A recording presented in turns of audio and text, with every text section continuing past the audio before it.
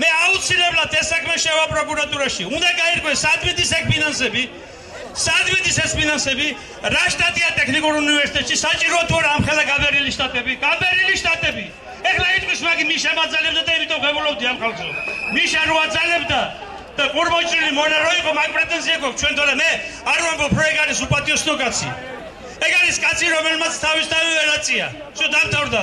არა იყო ძალა ვერაწია და მორჩა რა. დამთავრდა მაგი. მე ვეთანხმები თუ ორი დღე აქ თუ სამი დღე მაგას ვაკეთილ ინებოს, ნუ გაამწვავებ სიტუაციას.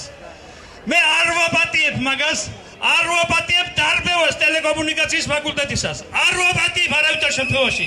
მე ჩემი ფულით ვაწყობდი ლაბორატორიებს.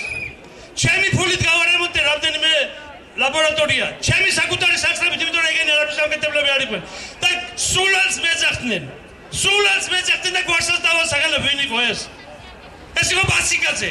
შენ სულელი ხარო, შენი ფულით მაგას რო აკეთებო მითხრა. რა თუნდა ბაციკაძე გვერდზე გამაგებინოს ერთი. გამაგებინოს რა თუნდა კაცი ვერ მონახა მაგათზე. ერთი შედი და საბჭო ნახეთ ერთი რა. ვინ აკავს საბჭოში? რაში შეჭამეს ტელეკომუნიკაციაზე გამოყოფილი გრანტები ზუმბურის და მაგერმა ერთი გაგვარკვინდა პასუხი გავცენ. ეგ უნდა მისულიყო სტუდენტებთან, ეგ უნდა მოსულიყო თქვენთან, იმიტომ რომ თქვენ გესწავლათ, თქვენი პირველება აუცილებლად თქვენი მიზანი ის უნდა იყოს, რომ თქვენ კარგად ისწავლოთ. ეგაა უნივერსიტეტის ფუნქცია.